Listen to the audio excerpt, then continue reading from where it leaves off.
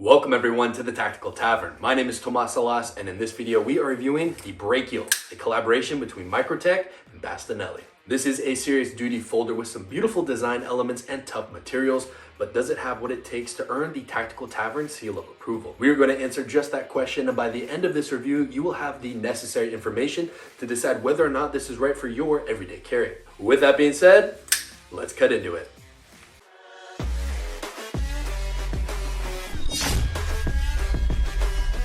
All right, first up is price, and at the time of this review, you can find the Brachial for around $430. $430 is no joke to spend on a knife, so let's see what that money gets you. For that price, you get a knife that is completely made in the USA with an overall length of 8.125 inches and a 3.25 inch cutting edge comprised of Bowler M390. This is a trailing point blade shape that is full flat ground and has a stonewash finish. I'm a big fan of the stonewash finish that Microtech does on their knives, but if you wanted something a little bit more discreet, I highly suggest you check out the DLC Shadow version, which is all blacked out and a little bit more stealthy. The handles on this knife are made out of aluminum and have a really cool milling work that reminds me of the frag pattern that they do on something like the Microtech Combat Troodon, and it is completely skeletonized, which gives it a weight of 4.64 ounces. On the back of this knife, it features a gently serrated spine that actually does enhance some grip and is very comfortable in the hand. That also leads towards a generous lanyard hole so you can add any sorts of attachments. The pocket clip is stainless steel and offers great retention. It has the Microtech logo on there, and it is optimized for tip-up right-hand carry only. Again, the milling work on this aluminum handle is excellent because at a soft touch, it glances over, but when you lock down onto it, it does provide some decent traction, yet doesn't chew up the pockets. Some of you guys may have seen my Instagram story where I asked how do you open this knife with a quiz, either a flipper tab, whispering, open sesame, or you grip it and hang on for dear life. To deploy this knife, you're gonna grip down and press on that knurled push button and seriously hang on. This is the hardest firing auto I have ever handled. It seriously jolts your arm when you deploy this. This is not a knife that you hand to inexperienced people because it will fall out of their hands and you will cry once it falls onto the pavement. I'm really a big fan of the knurling they did on this push button auto because it helps ensure your thumb is going to stick to it when deploying, and also the actuation on it is not mushy whatsoever, and it's also not a hair trigger. You do have to commit to this when you want to deploy it, so if it's in your pocket and you're jiggling around for your keys, if you accidentally brush against it, it's unlikely that it'll fire off in your pocket. However, make sure you have plenty of room when opening this knife because it is so hard and has an upswept tip. It will poke into anything that's in the vicinity. Here you can see where we opened it against some materials and it shot right in there. So you can imagine if this was your hand. This spring fires so hard and I absolutely love the sound that it makes. I can equate it to like racking a shotgun. You just know that it is time for business. Every time I fire this thing, there's that little release of adrenaline that just goes through, because it's just so badass. The grip design on the handle is exquisite with lots of contouring and it is very comfortable in the hand. That also provides a multitude of different grips such as forward grip, ripcord grip. You also have that ice pick, and in the side grip you can kind of get away with it, although it does curve a little bit to make it somewhat uncomfortable. So I think this would probably be your best bet, but it flows and you can transition into different grips depending on the situation. Some design elements I really appreciate is on this thumb cap. You can absolutely get that pressure assist needed for repeated package opening. And also when the knife is closed, I really enjoy how you can grip this for an impact tool as a non-lethal self-defense tool.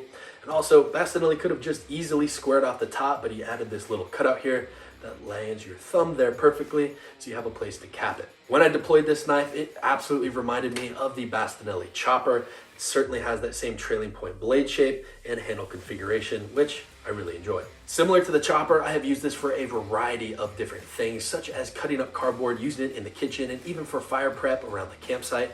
It provides so much versatility with that trailing point blade shape.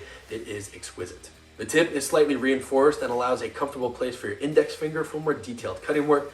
You can also do it in a pinch grip if you're doing any kind of food prep or paring knife activities. Another design element I really appreciate is the heel here, where instead of tapering off at a 90-degree angle, has some sort of curvature to it. So if this gets stuck inside of organic medium, you don't have to worry about it hanging up. You can easily deploy it and keep going for repeated food prep work.